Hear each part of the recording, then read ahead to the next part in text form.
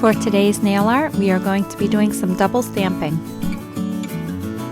I'm starting off with my nails painted black, and I'm going to add a layer of liquid latex around the cuticle area. For my background, I'm using Lina Stamping Plate Twirls and Swirls 2 and China Glaze Avalanche.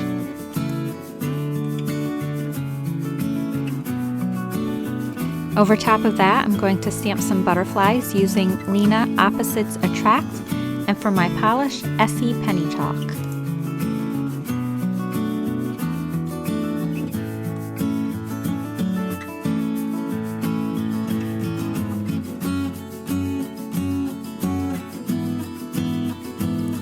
Now remove the liquid latex and finish with a matte top coat.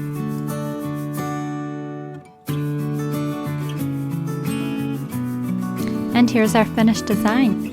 Thank you for watching, and don't forget to like and subscribe for more nail art ideas.